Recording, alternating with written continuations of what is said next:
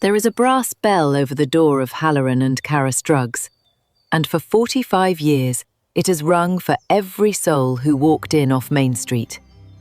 It rang for mothers at midnight with a feverish baby on their hip. It rang for farmers who couldn't pay till harvest and knew I'd let them anyway. It rang the morning they brought the news that my Jim was gone. And it rang the morning, 2 springs ago, when his son stood under it, looked me in the eye, and told me my name was coming off the door. He said it kindly. They always say it kindly. "Bobbie," he said, "it's just time. The business needs to modernize, and people your age, they don't bounce back. You should be home, enjoying your retirement, not on your feet behind a counter." He patted my hand when he said it, the way you pat the hand of someone who is already mostly gone. And I smiled, and I thanked him for his concern, because that is what you do. And inside me, something very old and very steady opened one eye. They thought the value of that store was the brick it sat in and the river it looked out on. They had forgotten what 45 years had quietly built and what could not be sold along with the building, no matter whose name was on the deed. It took the better part of a year for the whole town to remind them. This is how that happened. My name is Roberta Carus, though there is not a person in this county who has called me anything but Bobbie since the Johnson administration. I am 78 years old, and I am a pharmacist. I live in Madison, Indiana, in a tall, narrow house above the Ohio River. And for 45 years, I have stood behind the counter of the drugstore I built from nothing with a big-hearted man named Jim Halloran. We opened it in 1979 with a loan we could barely cover and a hand-painted sign. 2 young people who believed a town deserved a place where the person filling your prescription knew your name and your mother's name and what you were really afraid of when you came in clutching a slip of paper. Jim Halloran was the best friend I ever had, and I will say that plainly, even though it was never one improper thing. Because the world is small-minded about a man and a woman who build something side by side for a lifetime. He was loud where I was quiet. He'd carry an old man's groceries to the car and slip a child a peppermint and forget to charge half the people who owed us, and I'd be the one in the back at midnight balancing the books so we didn't go under from all his kindness. We fit. My own husband, Theo, a good and gentle man who drove a delivery route, used to laugh that I had 2 marriages, one at home and one at the store. And he wasn't entirely wrong. Theo and I were never able to have children, which is a particular ache that does not announce itself but never fully leaves the house. And so that store, and the people in it, became, over the years, the children I poured myself into. Theo passed 11 years ago. Jim passed 6 years after him. After that, the store was not just my work. It was the last warm room I had left, full of everyone I'd ever loved. Here is the one thing I will set down plainly and then not point to again. In 45 years behind that counter, I learned things no business school teaches and no spreadsheet records. I learned which families to extend credit to and which to gently turn down. I learned to read a doctor's bad handwriting and worse judgment. I learned what a store like that is actually worth, which is not its walls. They forgot I knew that. I never could forget it. Hold that thought, because everything that follows turns on it.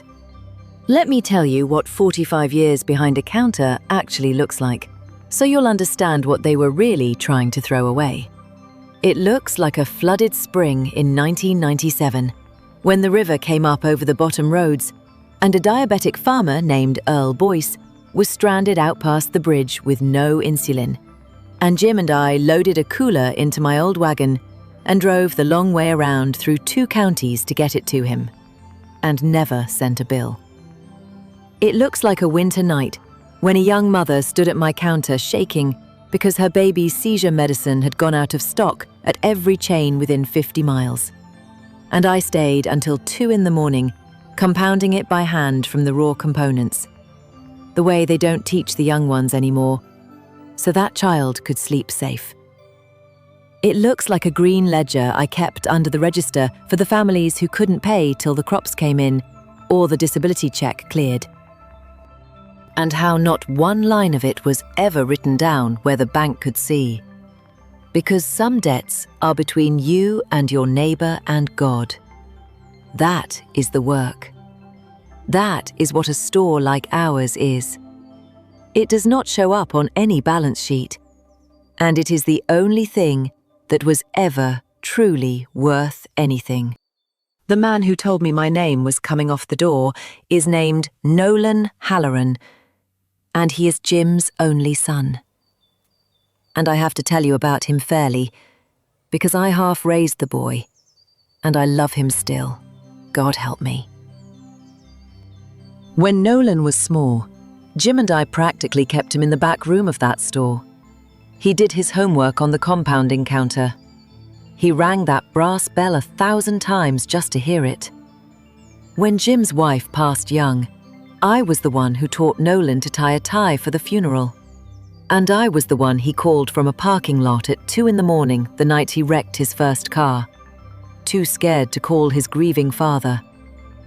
I am, in every way that matters but the legal one, that boy's second mother. When Jim died and left his half of the store to Nolan, I was glad. I thought, now I have a piece of Jim to keep working beside. I did not understand yet that the boy who came back to claim that half was not the same one who'd done his spelling words on my counter. Because Nolan had gone away and gotten himself into trouble, the grown-up kind, the kind with zeros on it. He'd made bad bets in real estate 200 miles away in the city, and his wife Whitney had expensive ideas. And somewhere in those years, the sweet boy learned to look at people and see what they were worth to him. When he looked at our store now, he did not see 45 years of trust. He saw a building on a corner that a pharmacy chain and a condominium developer were both circling. And he saw an old woman standing between him and the cash that would dig him out of his hole. And yet, I am bound to tell you the true part too, because it is the part that made the whole thing hurt. There were moments, even in the worst of it, when the old Nolan flickered up through the new one. One afternoon, I caught him standing alone at the compounding counter where he'd done his homework as a boy, just resting his hand flat on the worn wood. And when he saw me see him, his face did something ashamed and lost before it closed back up. Another time, late, I heard him on the phone in the office with his voice gone thin, saying, "I don't have a choice, all right? I don't have a choice." And I knew that tone. I'd heard it from 100 cornered people across that counter. And it was fear, not malice. A man can be drowning and still pull someone else under to save himself. That doesn't make it right. But it meant the boy I loved was still in there, underwater. And that is the cruelest kind of thing to watch. If you have ever poured your whole life into a thing and then watched someone measure it only by what they could get for it, you already know the particular cold that went through me. And you know why I want to ask you something. Have you ever been told you were past it? That you should step aside? That your time was over? While you still had good work in your hands? If you have, I'd be glad to know where you're listening from tonight. And I hope you'll stay, because I promise you, this story goes somewhere you'll want to follow.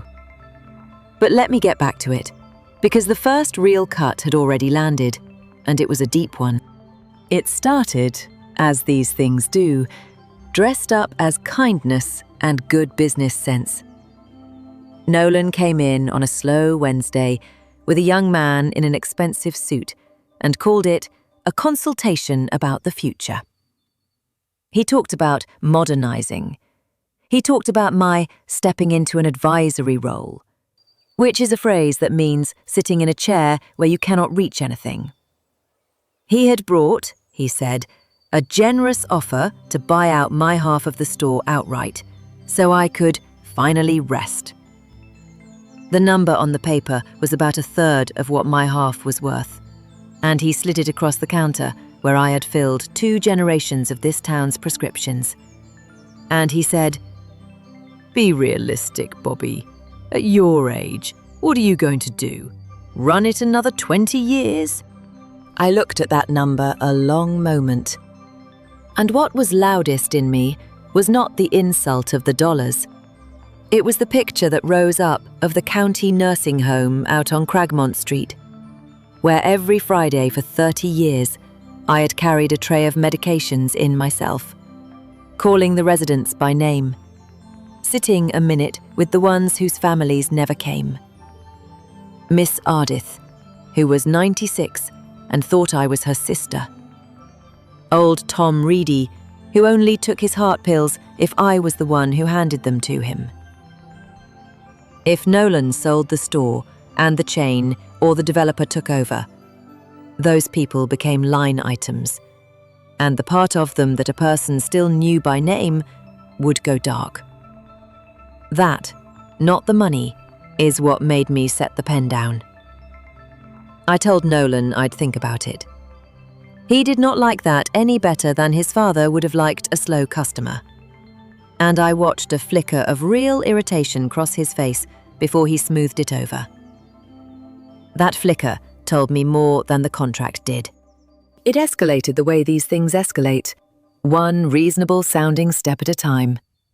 He changed the ordering system to a new computer setup, and somehow my login never quite worked, so I'd have to ask permission to do work I'd done for 45 years.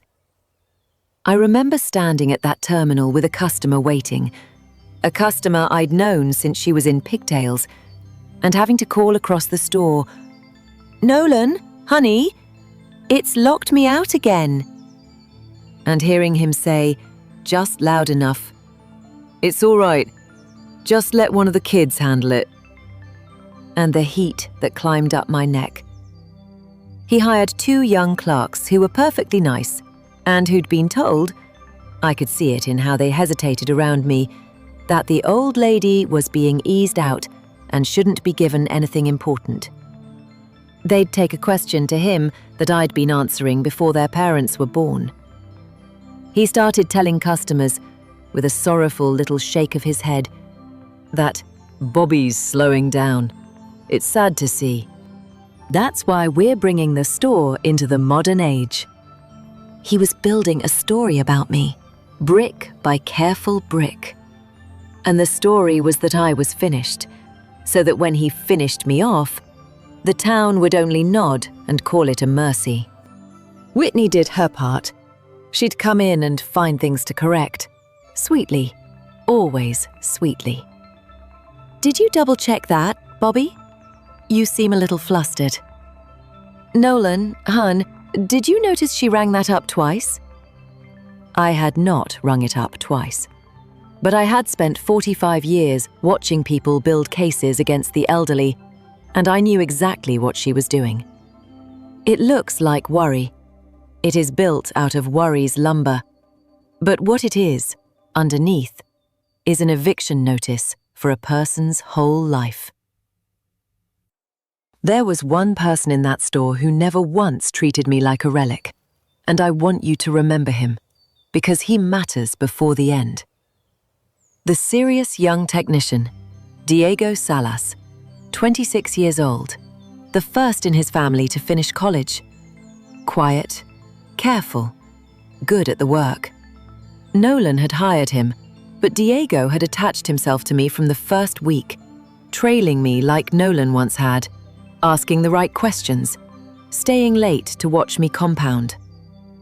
One evening, near the worst of it, he found me in the back with my eyes closed, just breathing, And he didn't say anything foolish or soft.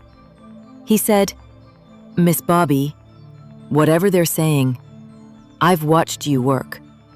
They're wrong." That was all, but I tucked it away like a coal you keep alive overnight, because there would be a night I'd need the warmth of it, and I did not yet know how soon. Then came the night it stopped being about pride and started being about something I could not let happen. I had stayed late doing inventory, the way I still did when no one was watching, because that store at night, with the street lights coming through the front glass and the river sounding faintly below, is the place I have always done my best thinking. I found a letter on the office printer that Nolan had forgotten to take with him. I almost didn't read it. It felt like snooping, and I'm not built for snooping.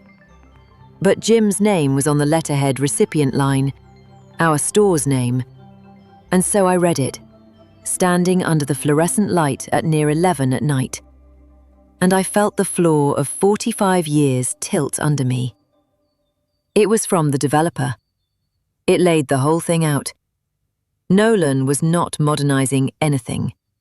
He was going to push me out, take my name off, and then sell the building and shut the pharmacy down entirely. So a developer could put Riverview condominiums where 2 generations of this town had come to be made well. The plan had a closing date, and there, in the middle of it, was the thing that turned my grief into resolve. The developer's offer was contingent on Nolan delivering, free and clear, the store's contract to supply medications to the county's 3 nursing homes and the rural clinic out on the state road. That contract was the real money. And that contract, every page of it, was written in my name, tied to my license, kept alive for 30 years by my relationships with those homes, my middle-of-the-night deliveries, my knowing every resident by name and which ones had nobody else to know them. Nolan thought he was selling a building. He could not sell the building without that contract, and he did not yet understand that the contract was not his to sell, and never had been. It was mine. It had always been mine. He had forgotten to ask the one question that mattered, which was not who owns the bricks, but who do the people trust? So I want to tell you what I did, and I'll tell it plain, because the woman Nolan was counting on was a tired old relic who would take his lowball check and shuffle off to be grateful in a recliner. I did not do that. But I also did not do the thing you might be hoping for. I did not run to a lawyer to start a war. And I did not sneak around to sabotage him.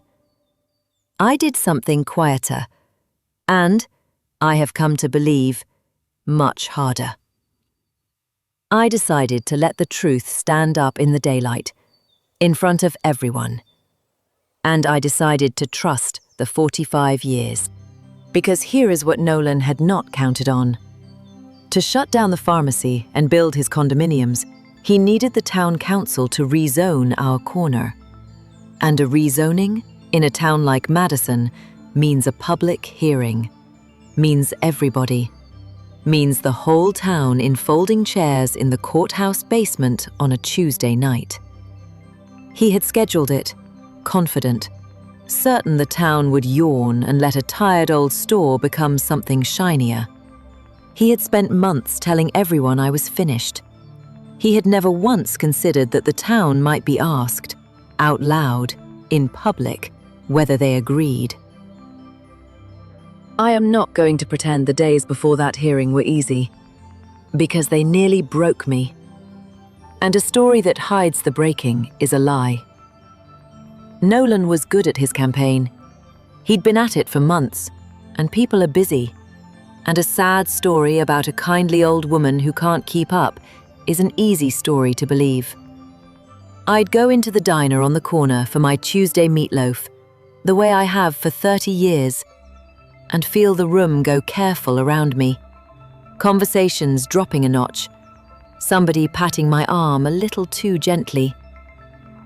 I heard the word progress at the next booth, and the word convenient.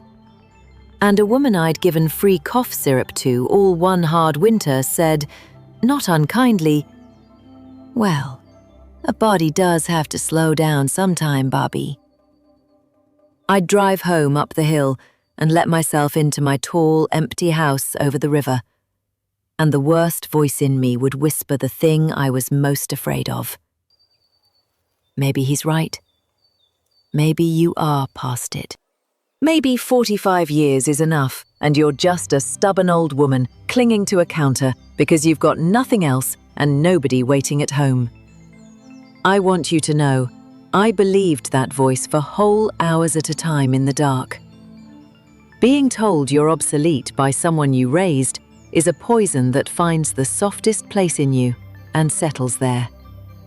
I had to lie awake and go back over my own life, prescription by prescription, life by life.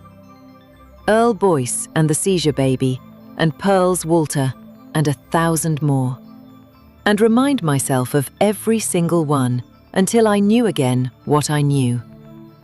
I was not obsolete. I was the reason the place had a heartbeat at all. I did not go to that hearing with a lawyer or a speech full of accusations. I went with the truth, and I trusted it. And I had one quiet thing in my pocket, which was the contract, the real one, with my name on every page, in case the moment came when it was needed. The rest I left to 45 years and to the people those years belonged to.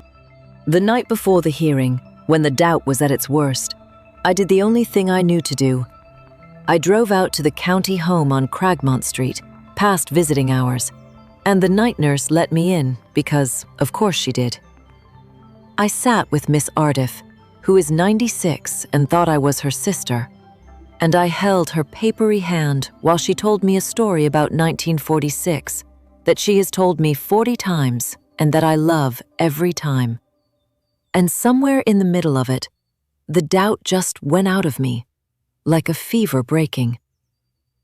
This was the thing they wanted to turn into a line item. This hand, this woman. I was not fighting for a building or for my pride.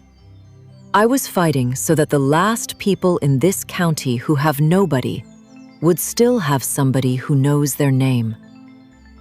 I drove home steady. I knew, whatever happened in that basement, exactly what I was standing up for. The courthouse basement was full to the walls that Tuesday, the folding chairs all taken, and people standing along the back under the buzzing lights.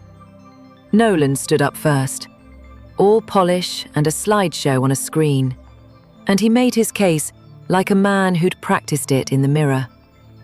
A modern mixed-use development, tax revenue for the schools, Riverview living, progress for Madison. He had renderings, pretty drawings of glass balconies where my counter stands. And then, gentle as a knife going into butter, he came to the part about me. He put on a sorrowful face and said, "Now, I know some of you have a soft spot for the old store. And so do I, believe me. I grew up in it. But we all love Bobbie, and the honest, hard truth is that the store has struggled as she's gotten on in years. Her health, her memory. This is our chance to honor her legacy while moving Madison forward. Honor my legacy." He stood up in front of the whole town that raised him and buried me alive with a smile. And for one long, terrible moment, the room was quiet, and heads were nodding. And I felt the lid come down over 45 years like dirt over a box. I sat there in my good blue dress and thought, this is how it ends. Not with a fight, but with a town agreeing I'm already gone. Then a voice came from the back, an old, cracked, furious voice. It was Pearl Gunderson, who is 90 if she's a day, who walked to the front leaning on her cane and turned to face the room, and who said, "I have something to say." And the room hushed, because you hush for Pearl. She said, 31 years ago, the doctor wrote my Walter a prescription that would have killed him. Wrong dose. Doctor was tired, made a mistake. It happens. You know who caught it? Not a computer, not a chain. Bobbie Karras read that slip, frowned, and called that doctor herself and stood her ground till he fixed it. My Walter got 19 more years because that woman behind that counter knows what she's doing better than the man who went to medical school. And you want to tell me she's slowing down? She's the sharpest mind in this room. And half of you are only alive to sit in these chairs because of her. And then it was like a dam giving way. They stood up, one after another, all over that basement. Earl Boyce's widow stood and told about the flood and the insulin. A man named Cooper said his mother had spent her last 2 years in the county home, and that the only face she still lit up for at the end was mine, because I brought her medicine myself every week and called her by her maiden name the way she liked. A woman I didn't even recognize stood and said I'd talked her out of a pill combination a specialist had ordered that would have stopped her heart, and that she'd driven 40 minutes back into town that day just to be in the room for me. The young technician Nolan had hired, a serious boy named Diego, stood up, shaking, and said he could no longer stay quiet, that he'd been told to keep me away from the controlled substances log and to write down anything that made me look confused, and that he'd refused, because in 6 months I'd taught him more than 2 years of school had. One after another, the 45 years rose up out of those folding chairs and spoke, voices cracking, some of them crying, and Nolan's careful story came apart in the daylight, exactly as I had hoped and feared it might not. When it was finally my turn, I did not need much. I stood up slow, my knees being what they are at 78, and I waited until the room was quiet, the bank counter quiet, the kind I learned a long time ago, and I said, I'm not here to fight my boy. I helped raise him, and I love him, and I think somewhere along the way he got lost. And I'd ask you not to hate him for it tonight. But I'll tell you one simple thing, and then I'll sit down. He wants to sell this town a building. He can't, because the part of that store worth having was never the building. It was never the corner or the river view. It was the trust. And you cannot fold trust into a deed and sign it over to a developer in the city. It does not transfer. It is not for sale at any price. I should know. I built it one frightened person at a time for 45 years, at 2 a.m. when the chains were closed. And it does not belong to me, and it never did. It belongs to every single one of you who ever pushed open that door and heard that bell. Then I set the contract on the table in front of the council, the one with my name on every page. The nursing homes and the clinic and 30 years of trust written into law. And I said, this is what the offer was really after. The money was never in the bricks. It was in this. And this was never his to sell. The room understood. The council understood. You could feel it move through that basement like a window thrown open in a stale room. When the council chairman called the vote, the rezoning died on the table that night, 5-0. Not because I beat anyone, but because the truth was simply louder than the story once people stood up and let it be heard. Somebody started clapping, and then the whole room was clapping, and an old man near me was wiping his eyes, and I sat very still in my good blue dress and let it wash over me. 45 years coming back to me all at once in the sound of my neighbour's hands. The reckoning, when it came, did not look like triumph, and I'm glad it didn't, because I would not have wanted that on Jim's son. The developer walked away within the week, the minute their lawyers understood that the contract and the goodwill were not Nolan's to deliver and would not transfer with the bricks. The pharmacy chain, which had only ever wanted a turnkey location with a built-in customer base, lost all interest in a store whose entire worth was a woman they had planned to send home. The thing they'd all been circling turned out to be a body with the heart removed, and not one of them wanted it once they understood the heart was me. And the heart was staying. Nolan's quick cash out evaporated overnight, and he had to turn and face the hole he was in without my life's work to throw into it.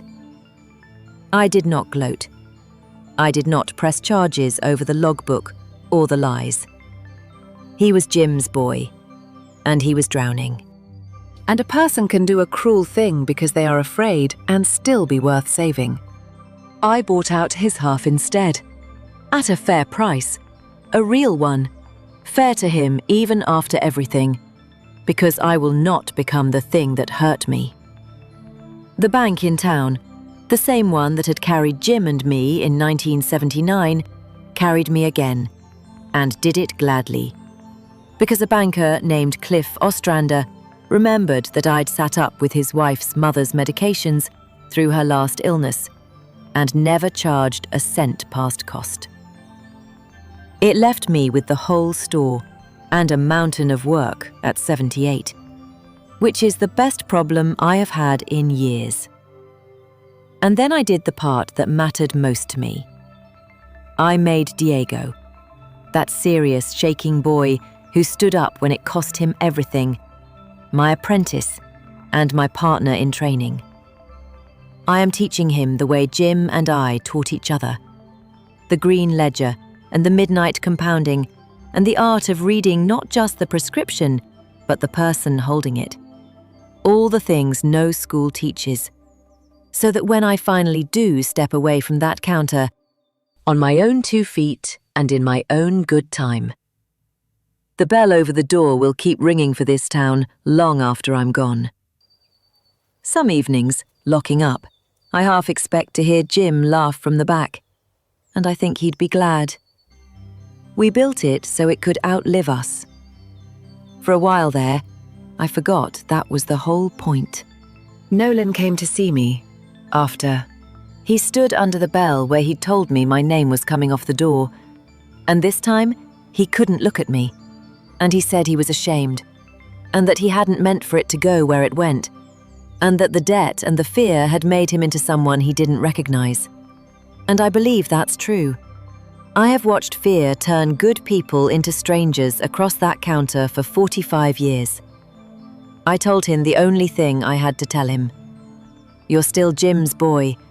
You're still the child who did his spelling on my counter and rang that bell just to hear it. The door of this store is open to you for the rest of your life, on one condition: you come in as family, never again as a buyer. I'll help you climb out of the hole. I'll do it gladly, but you have to want me, not the building. The day you can tell the difference, there's a job here, and there's a chair, and there's a person who loves you and always has. He cried, and I held him. The way I held him at his mother's funeral, when he was a skinny boy who didn't know how to knot a tie. And I do not know yet how that part of the story ends. Some stories you don't get to finish. You just leave the door open and keep the light on. So here is what I'll leave you with, and then I'll let you go. They thought I was a tired old woman standing in front of a building. They were going to honor my legacy by erasing me from it, which is a thing people do to the old all the time, smiling while they do it. But a life's work is not a building, and it is not your name on a deed. and it cannot be bought out from under you for a third of its worth. Because the realest things a person builds cannot be sold at all. I spent 45 years learning what a store is truly worth. And the answer is the trust of the people who walk through the door. And that, my friend, no one can take from you. And no one can put a price on. You spend a lifetime earning it, one small kindness at a time. And then, on the day you need it, every one of those kindnesses stands up out of a folding chair and speaks. Don't you ever let a soul convince you that growing old means growing worthless. The good work in your hands is still good work. The trust you've earned is still yours, with interest, and the bell over your door will ring as long as you keep getting up to open it. If you stayed with me clear to the end of this one, then you're the kind of person who shows up, and I'm grateful for your company tonight. Tell me where you're listening from, and tell me this: has anyone ever tried to tell you that you were finished before you were ready to be? I'd like to hear about it. Stay on a while, and I'll tell you another. The bell's still on the door, and the coffee's on in the back,